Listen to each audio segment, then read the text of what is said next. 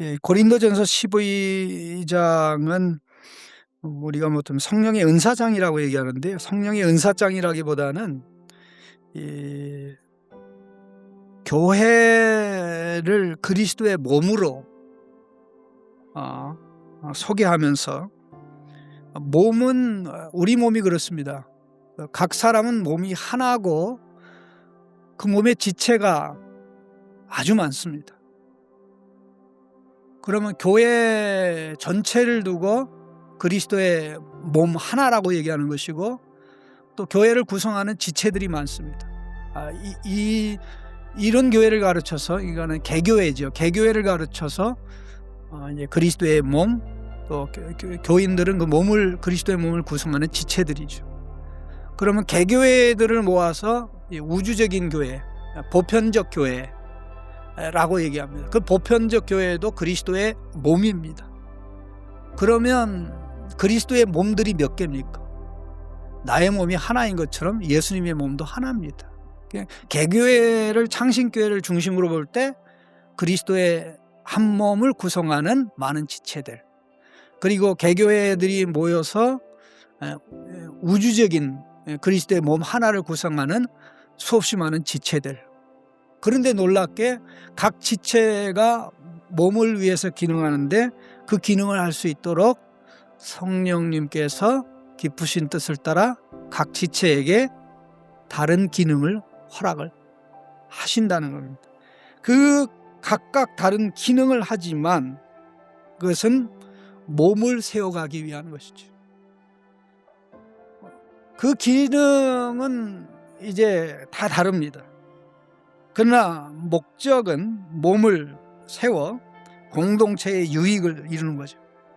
결국 다시 말해서 그리스도의 몸으로 기능하게 하는, 그리스도에게로 자라고 그리스도의 모습으로 빚어지고 그리스도를 드러내고 나타나는, 이제 개교회의 이동이 창신교회라는 개교회의 모습이 그 예수님의 모습이 되는, 그러기 위해서는 하나님이 세운 목적과 질서에 따라 움직이고, 각 지체에게 주신 기능은 하나님이 기쁘신 뜻에 따라, 11절 우리 같이 읽어볼까요? 11절입니다. 이 모든 일은 같은 한 성령이 행하사 그의 뜻대로 각 사람에게 나눠주시는 것이니라.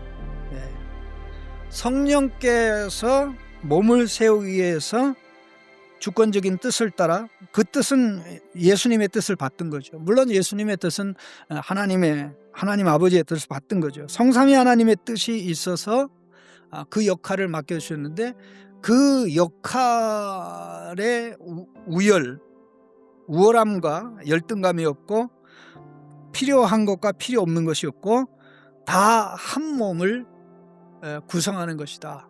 이제 그런 걸 생각할 때, 몸이 정상적으로 돌아가려면 손과 발이, 눈과 코와 귀가, 또 발가락이 서로 경쟁해서 싸우는 게 아니라 발은 발대로, 눈은 눈대로, 귀는 귀대로 그 역할을 하는 거.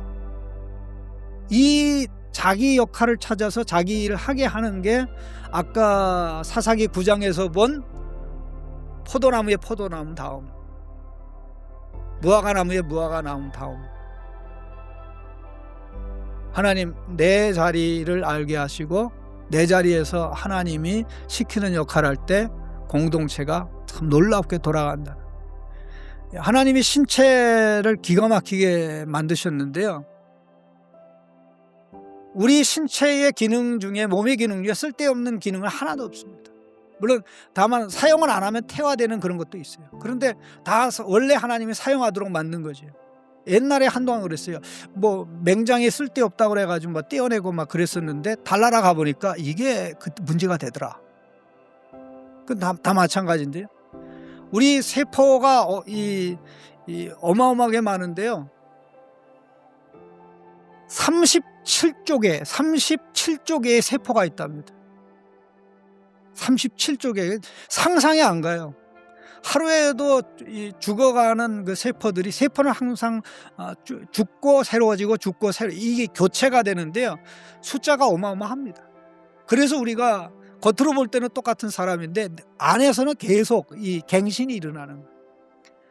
그런데 이 가운데 타락의 모습을 벗고 예수님의 모습을 입어가는 영원히 남는 이 새로워짐이라는 것은 예수 그리스도 안에서 우리에게 주어지는 영광과 특권이죠. 우리는 죽기 위해서 이 땅에 태어난 것이 아니라 살기 위해서 이 땅에 있고, 이 땅에 잠시 잠깐만 있다가 사라질 자가 아니라 땅에서 영원히 살도록 하나님이 지었어요. 땅을 떠나는 것은 이건 타락의 결과이지, 죽는 것도 타락의 결과, 땅을 떠나는 것도 타락의 결과이지, 하나님이 원래 그렇게 하지 않았거든요. 에덴 동산 구탱이 하나로 있다가 끝나는 게 온 세상이 에덴 동산처럼 되는 것이 하나님의 계획이고, 그 모든 것은 예수님의 재림할 때 이루어지는 거기 때문에 우리가 거기에 맞춰 살아간다. 가끔 우리가 힘들 때 죽으면 다 끝이지 뭐, 이렇게 생각하는 사람들이 너무나 많고, 우리 신앙생활 하는 분들에도 옛날에 비해서 자살률이 굉장히 높습니다. 죽으면 끝이지. 죽어도 끝이 아닙니다. 예수님이 와야 끝이에요. 생활할 때 이루어요. 그러니까 거기에 맞춰가는 건 뭐다? 하나님을 중심에 두고, 우리가 능력으로 안 되니까 성령님이 도와주시는 거예요. 말씀을 가지고 우리가 기도할 때 성령님 역사에서 하나님 앞에서 내 자리를 찾아가. 내가 내 자리에 앉아 있을 때 또 자기 자리에 앉아 있는 게 가장 영광스럽고 복되구나. 하나님이 이 자리에, 말석이라도 하나님이 세워놓은 자리면 그 사람의 눈에 말석으로 보이는 거지, 그건 최고의 자리, 가장 적절한, 적합한, 가장 위대한 자리죠. 저는 가끔 농담으로 할 때 어디 가서 이제 앉고 그럴 때 목사님 일로 오세요, 일로 오세요, 그렇게, 여기가 상석입니다. 그러면 제가 농담으로 그래요. 저는 상섭이기 때문에 제가 앉는 자리가 상석입니다. 농담으로. 왜? 하나님이 주신 자리가 이 역할을 가장 잘하는 게 나무는 자리 이동을 안 합니다. 다음 때의 자리입니다. 이게 나무 중에 영원히 남는 나무 어떤 나무입니까? 하나님 아버지가 예수님의 핏공로에 근거해서 심은 거룩한 나무지. 그래서 우리는 산에도 많이 가고 나무를 보면서 나무하고 좀 대화들 많이. 이 나무의 세계는 그 나무들이 타락의 결과로 고통을 하지만 나무 자체는 다른 어떤 나무보다도 타락의 모습이 있고 참 순결하고 아름다운 모습입니다. 이 지금 수명이 가장 오래된 나무 중에 하나가 아마 북유럽에 있는데 9,700년 된 지금도 살아있는 나무가 있어요. 9,700년 된. 오래 가지 못할 것 같아요. 역시 하나님의 세계의 질서 안에서 살아가는, 하나님이 그걸 통해서 내가 만든 나무도 그런데 사람나무, 하나님의 은혜를 빨아먹는 나무로, 의의 나무로 살아가는.